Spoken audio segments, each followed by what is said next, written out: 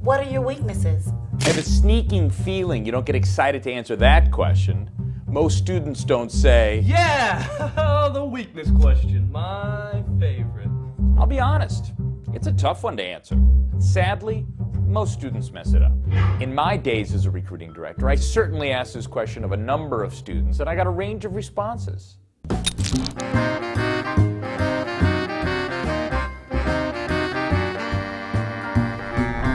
A majority of candidates, roughly 3 out of 4, would answer that question the exact same way.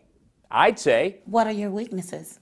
they would get a sly look on their face and very confidently all basically say the exact same thing. Go ahead, take a guess. I bet you know what they'd say, because it's probably what you would say. Well, my weakness is I work too hard. Inside, you're chuckling to yourself. I just took a strength, working too hard, and disguised it as a weakness. And this idiot recruiting director who has interviewed over 1,000 students has never heard that one before. I might as well spend that signing bonus now.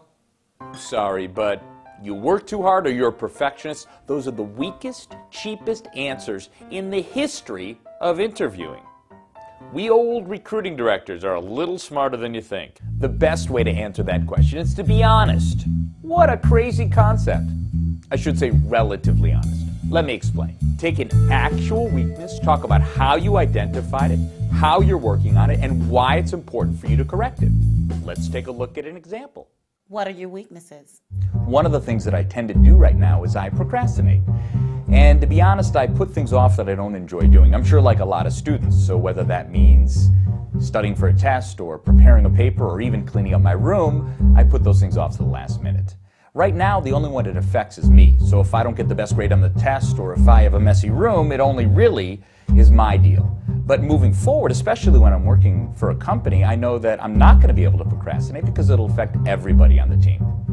At the beginning of every week now, I write down all the things I need to do. I take the things that I don't enjoy doing and put them at the top of the list. And I won't let myself go to number 2, let's say, until I finish number 1. Now, I'm not perfect at it yet, but it has really sort of helped me recognize how to manage my time and help me avoid procrastinating so much. Now, that can work for most weaknesses. Being more organized, being more patient, being less of a procrastinator, managing your time more effectively. All can work. Your Career Center can give you some more tips on crafting a great answer. And while this can work for most weaknesses, there are some red flags. I'm horrible at math. I'm not a morning person.